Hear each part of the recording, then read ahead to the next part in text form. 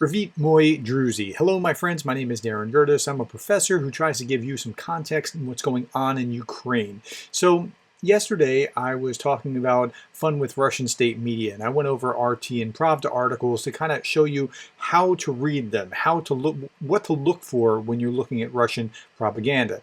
So today I thought I would double the fun by looking at Scott Ritter, and I even found a great one. This was Scott Ritter and Judge Andrew Napolitano. Judge Napolitano used to be on Fox fairly regular. He has been off of Fox for a number of years, and he is all in for Russia, it seems. And like that is the way that he sees the world. Scott Ritter also is all in for Russia. So I'm going to click on this, and then I'm going to show you something else. So Scott Ritter is pretty interesting. He shows up in RT searches. Like if you have more than 300 results in RT, RT loves you. They don't actually go higher than 300 results with the search results. So here he is. He's being quoted here. He's being quoted here. And they love talking about Scott Ritter or having him on. But let's look at Judge Napolitano's show, Judging Freedom, and hear what the judge and Scott Ritter have to say. And they'll talk, and then I'll interrupt and maybe have some dialogue with them. I mean, they can't answer me, but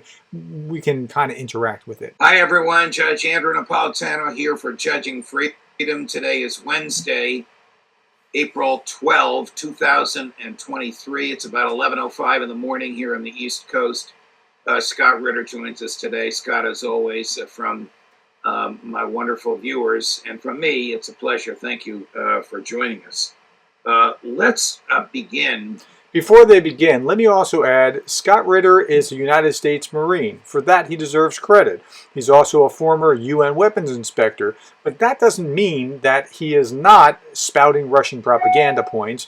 Same with the judge. He did a good job as the judge, and he has some legal insight, but he's too spouting Russian propaganda points.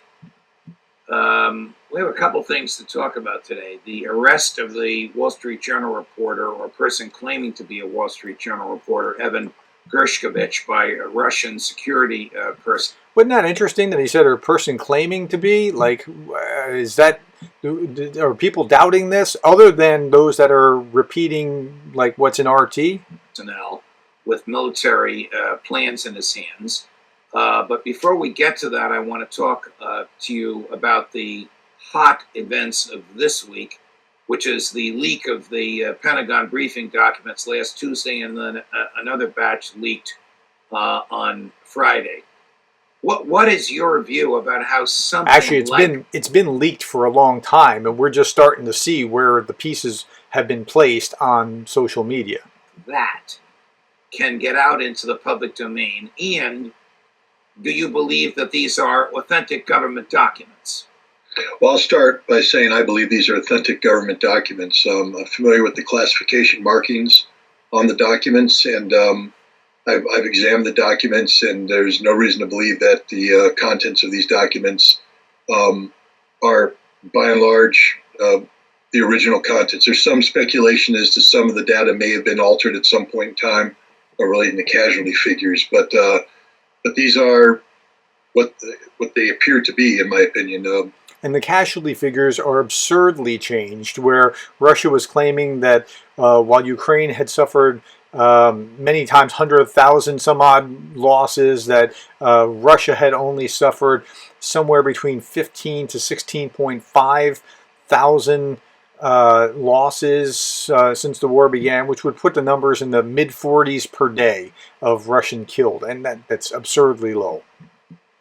Very highly classified, highly sensitive briefing documents prepared by the Joint Chiefs of Staff's staff for use by Mark Miley, the chairman of the Joint Chiefs of Staff. How could they make their way onto public websites? How could a human being have accomplished this? Well, it looks like that they were folded up and smuggled out of the briefing room. I mean, these are documents that would have been extremely closely held. A limited number of these documents would have been produced, and these documents should have all been accounted for. So somebody obviously, instead of destroying his copy or her copy, folded them up and carried them out, and then took photographs of the documents, and they found their way onto the internet. do you put, before we get into what they reveal, do you put credibility into the revelations contained in these documents? I think I always say, put it this way, first of all, having been in the intelligence business, just because the document has top secret code word on it doesn't mean that the contents are worth anything. I mean, it's still analysis, it's still intelligence information, it's an imperfect art. And so just because the documents are classified doesn't mean that the information contained therein is accurate or sound. Now, I do believe that the information that's in these documents is information that was assembled to brief the chairman of the Joint Chiefs of Staff. Now, that's all fair. It's probably largely something to it. Some things may have been altered online, and we know at least the Russian casualty figures are probably altered. And how they got out, well, it might have gotten out through the Pentagon, or it might have gone out through briefing Congress or something along those lines. We just simply don't know yet. But let's hear how they discuss it. So, among other revelations in the document is something you talked about. I don't remember if you used these numbers. The numbers are startling. And that is the kill ratio, 7-1.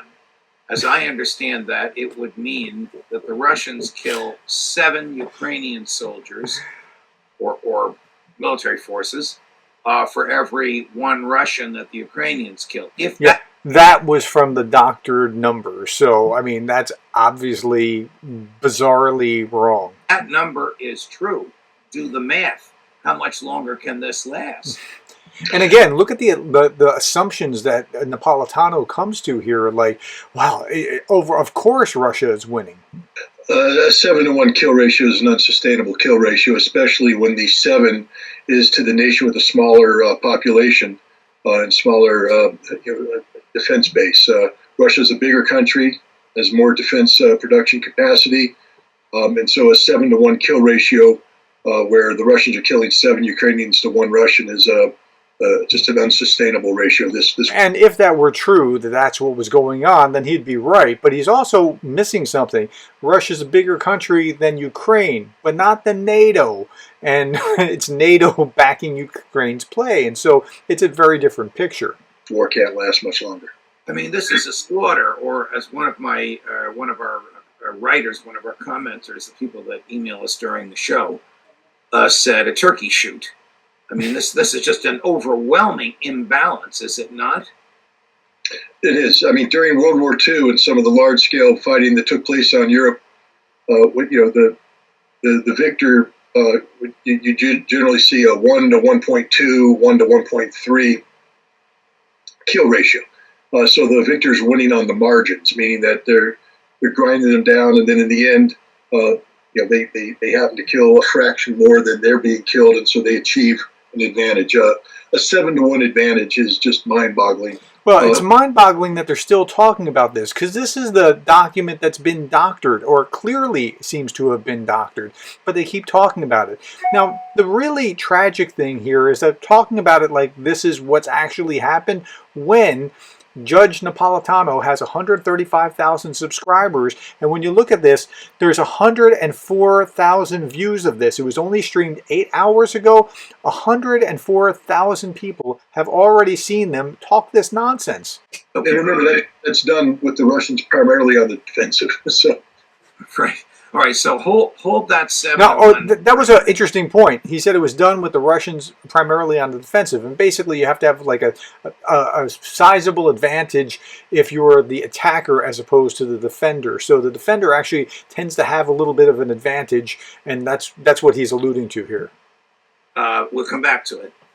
I want you to comment on language in these documents which said that the Ukraine air defenses are so degraded that they will be down to nothing or worth 0 by the end of May. Is that credible? Extraordinarily credible. I mean, there's only a finite, set of equipment available to anybody. I mean, no one. Again, I go back. We've talked about this before. General Cavoli, the commander of U.S. forces, said that the scope and scale of the violence is beyond imagination, anything that NATO could have imagined. No one prepares for this kind of war except Russia.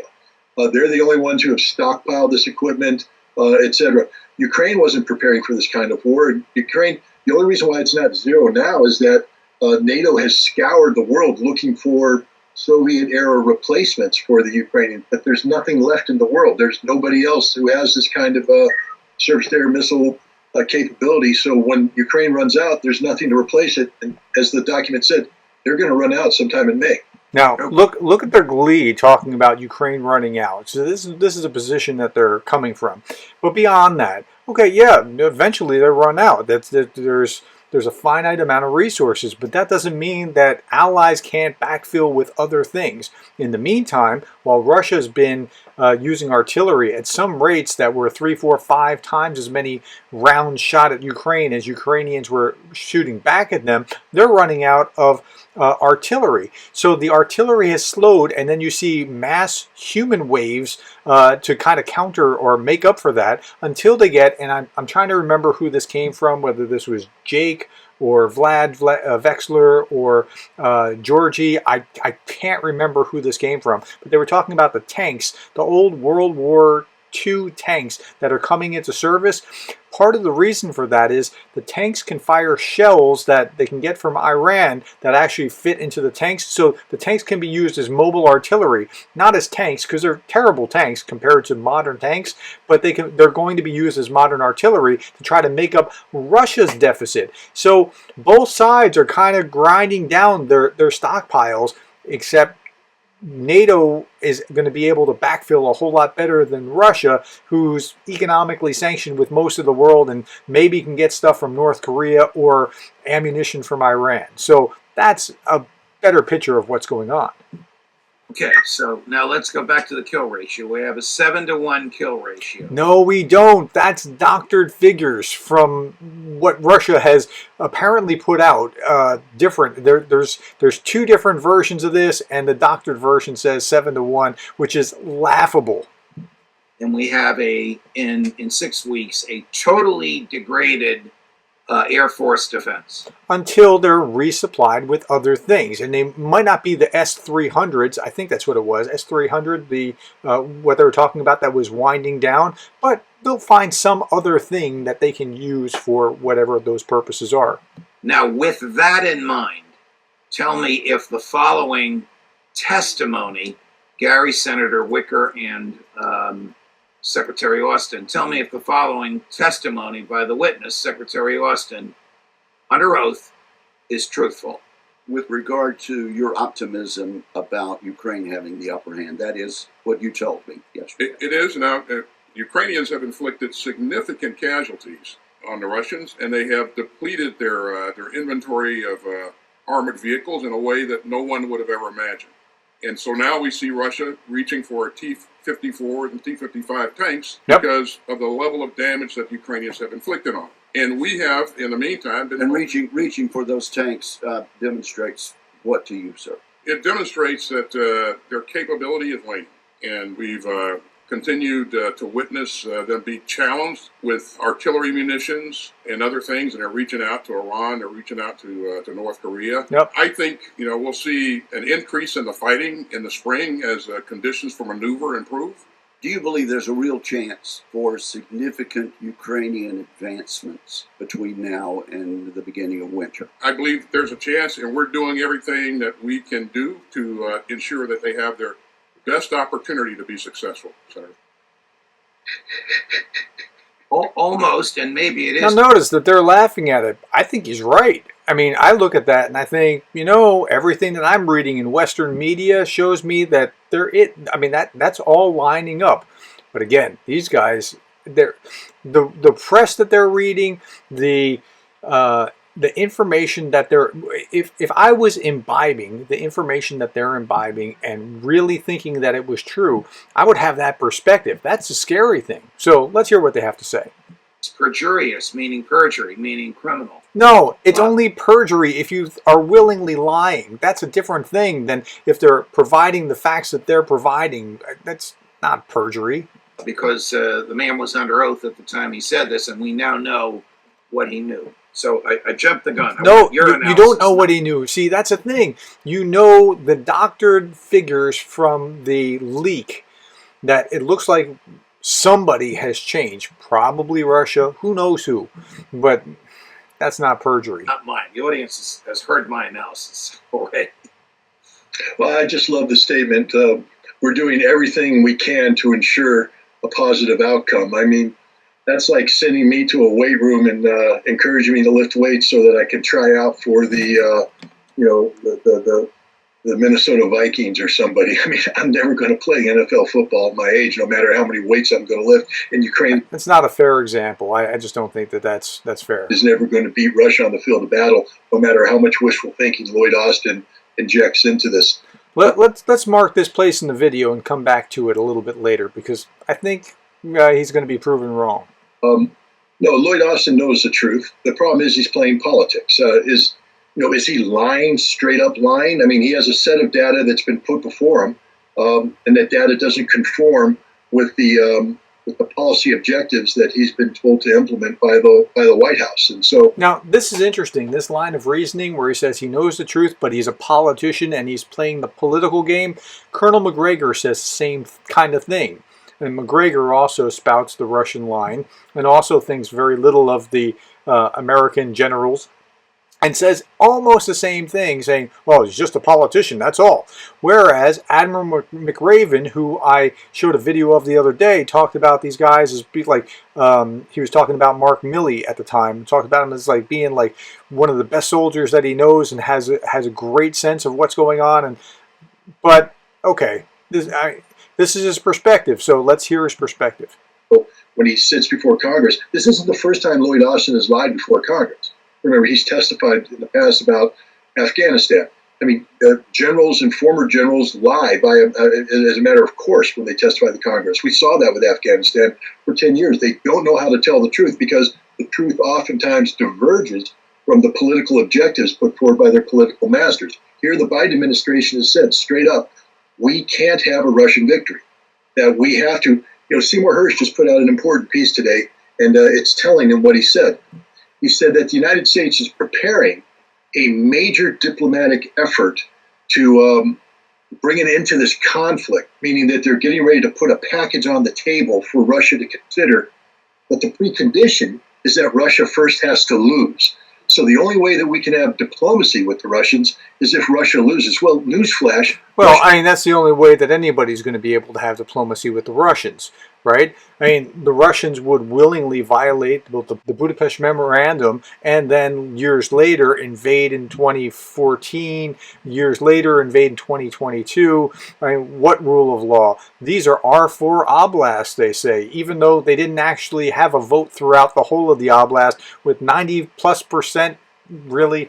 Okay, so the only way that you're actually going to be able to have a peace deal with Russia is after Russia has been beaten on the battlefield. Zelensky knows it, Biden knows it. I'm not sure why these two smart gentlemen can't figure it out.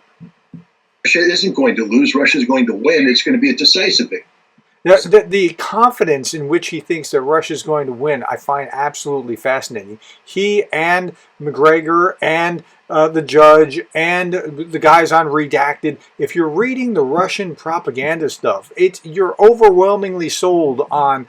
It's almost like a conspiracy theory. Like they just like have this insider knowledge that they're seeing that they're going to win.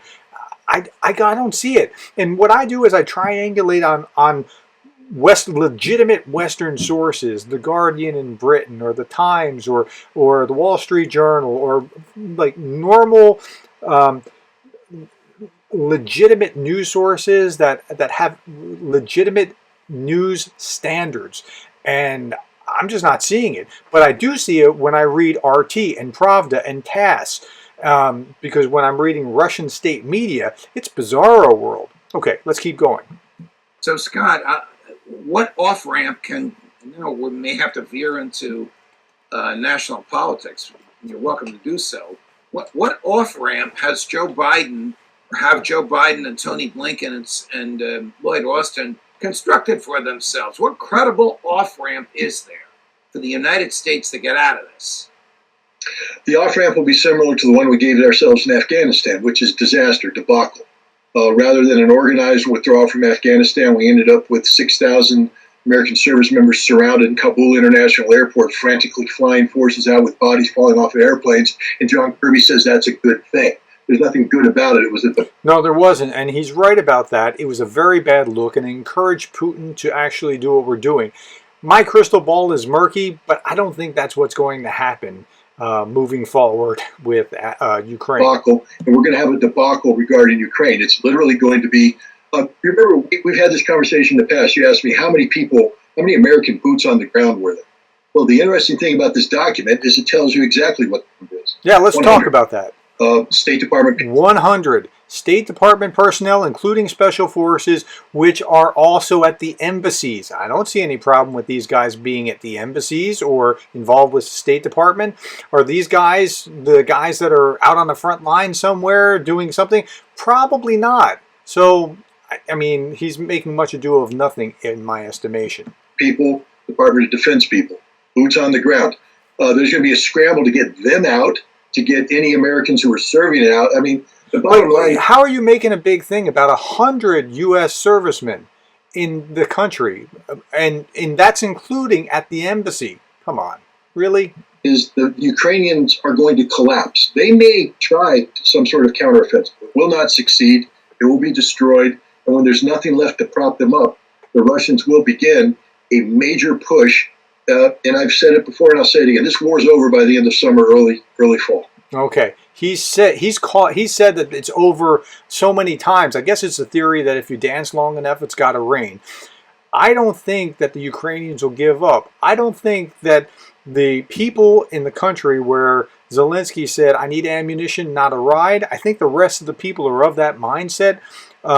In one of my Q&As on a Saturday, somebody made the observation, Ozzy, I can't remember his name, but Ozzy, I'm going to give him credit, said, look, in Ukraine, they're Cossacks. In Russia, they're serfs. There's a huge difference in the mentality between these people. And there's this streak of independence and willing to fight for their freedom in Ukraine that I think Ritter is discounting.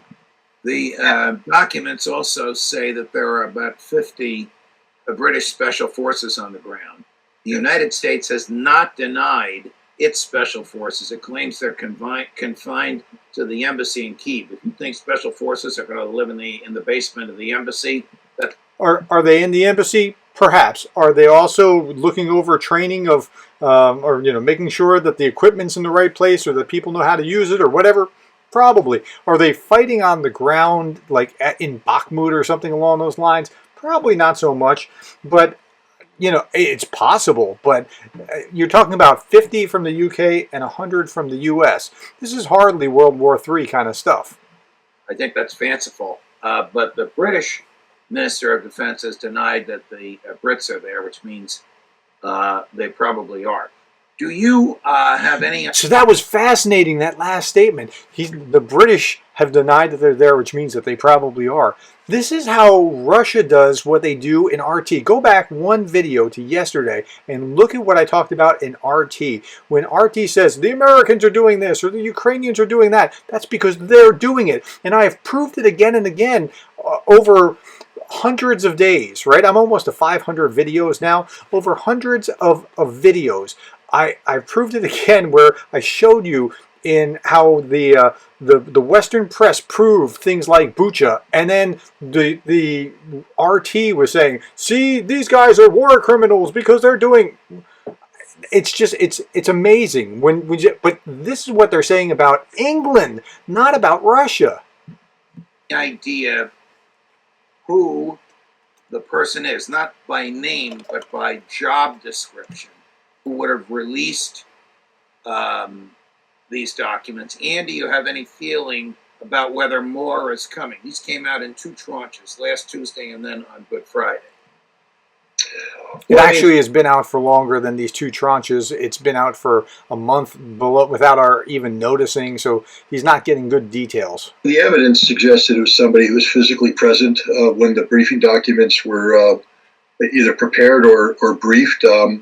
It's somebody who extricated them from the Pentagon, from the Joint Chiefs of Staff, by folding them up and sticking them in their uniform, smuggling them out. So it's somebody who I mean, frankly speaking, probably going to get caught. I don't see how they avoid getting caught here. So even a broken clock can be right twice a day, and I think he's right. Whoever it is probably in a world of trouble. And I know this is a little bit of ad-libbing, but they should be caught. And the reason why I say that is, yes, I believe in sunlight as much as anybody, but there were important intelligence sources and methods that were compromised by this. That those documents had classification markings that indicated that some of that information came from national technical means, satellites. And if the Russians are as good as I think they are, and they're as good as I am, I can look at that document and tell you exactly where it came from, which means I can shut it down. And that means the Russians are. So this harmed national security. I know it was meant to help engender debate, but it harmed national security. Is it likely this person is of the same ideological view of war as you and McGregor and I and everybody watching us now? Look at that! Like they're actually articulating the same people that I was just talking about, McGregor and the judge, right? And everybody watching this now. Remember, there's 104,000 people that within 8 hours watched this video. Now, you and I are not of that ilk, but yeah, it's probably somebody from that ilk. Which is that this is a useless, wasteful, counterproductive thing for Americans to do. In other words, this isn't a person that hates the government. This is an Edward Snowden. Yeah, useless, wasteful, harmful thing for the U.S. government to do to support Ukraine. That's their position. Now, seriously, that is their position. He just articulated it. Okay, so I'm going to put us out of our misery, and we're going to end this now. But I wanted you to hear firsthand how Scott Ritter thinks about things. And we got a bonus because we got to hear how Judge Napolitano sees the same thing. And they're true believers in the Russian side. So that will hopefully help you understand how they're seeing things and what they're seeing. And they're just echoing the kinds of talking points that I talked about yesterday when I talked about Russian state media. All right, so thank you. I hope that helps you understand what's going on a little bit more fully. If you got something out of this, if this was helpful to, adding dendrites to your mental framework about what's going on in Ukraine and how people, particularly in America, are seeing this, please give me a like, subscribe. Thank you for the coffees. Thank you for your interest. Thank you for being the kind of person that cares about Ukraine.